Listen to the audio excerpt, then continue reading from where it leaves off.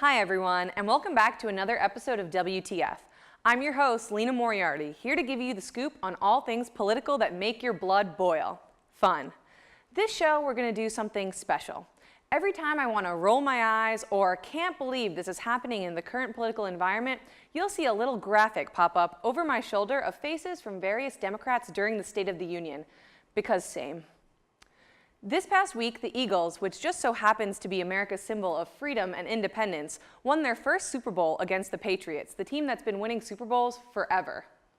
Is it just me, or is this an omen that 2018 will be a year of firsts and toppling established powers? We're only in the second down of the Trump presidency, but it looks like the Dems might force a turnover soon. Get ready for election season, people.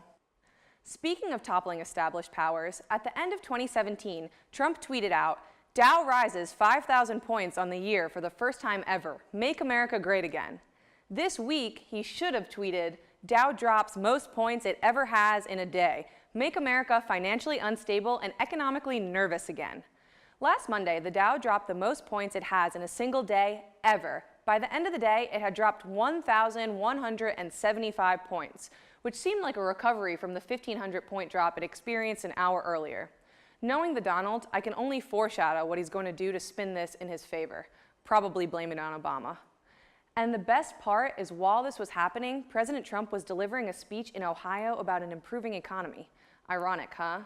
During the speech comes our WTF moment of the week. Drumroll, please. Donald Trump referred to those who did not clap for his State of the Union speech as treasonous. And I quote, "They were like death. An un-American, un-American. Somebody said treasonous. I mean, yeah, I guess why not? Can we call that treason? Why not? I mean, they certainly didn't seem to love our country."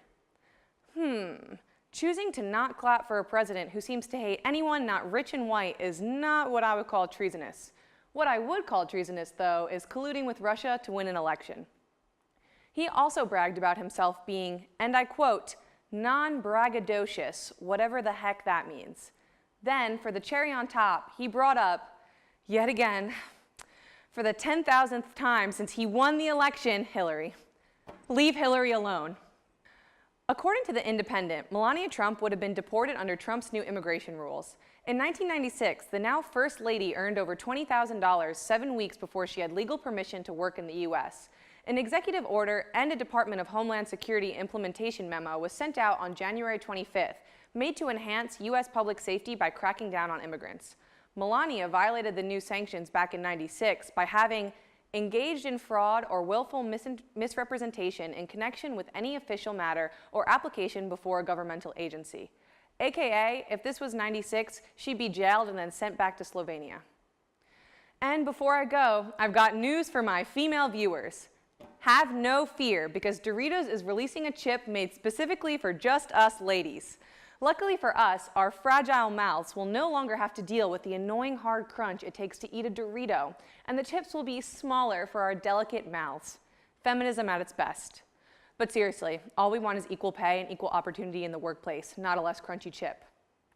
And that's it for this week's episode. I'll catch you all next week if I'm not arrested for treason by then. Bye!